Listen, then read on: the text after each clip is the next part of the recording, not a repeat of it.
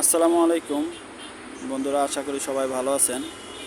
তো আজকে আপনাদেরকে আমরা দেখাবো আমাদের এই স্ল্যাবটা কাস্টিংয়ের জন্য রেডি আছে। তো একটা স্ল্যাব কাস্টিংয়ের আগে কি কি জিনিস চেক দিতে হয় ড্রয়িং অনুযায়ী, আমরা সেই জিনিসগুলো আজকে দেখানোর চেষ্টা করব।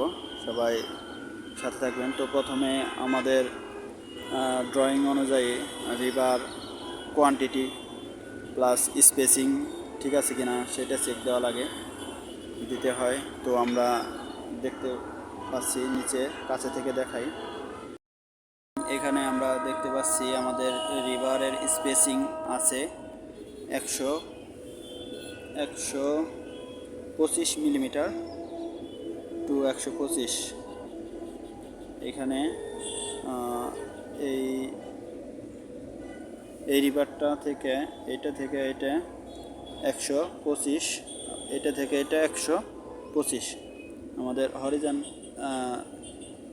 লং রিভার এবং শর্ট রিভার দুইটাই 125 করে গ্যাপ আছে। আর এবং রিভারের কোয়ান্টিটি আমাদের এই আমরা চেক করে দেখেছি। এইখানে আমাদের যে শর্ট ডিস্টেন্সে যে রিভারগুলো আছে এইদিকে রিভারগুলো, এইদিকে আমাদের রিভার আছে 79 পিস রিভার আছে এই পাশে এইখানে। এবং এইদিকে লং ডিস্টেন্সের যে রিভারগুলো আছে সেটা আছে আমাদের 172 পিস রিভার আছে। এগুলো আমরা কাউন্ট করে দেখেছি এবং প্রত্যেকটা বাইন্ডিং আমরা চেক দিয়েছি। এরপরে চেক দিতে হবে স্ল্যাবের থিকনেস। আমরা স্ল্যাবের থিকনেস কনফার্ম করেছি সার্ভেয়র টিম দিয়ে। আমাদের সার্ভে টিম লেবেল রড প্রথমে আমরা ফিক্সড করেছি, এরপরে সার্ভে টিমের মাধ্যমে প্রত্যেকটা এখানে যে আমরা লেবেল রড ফিক্স করছি, এখানে দেখতে পাচ্ছেন প্রত্যেকটা রডের গায়ে আমরা টেপ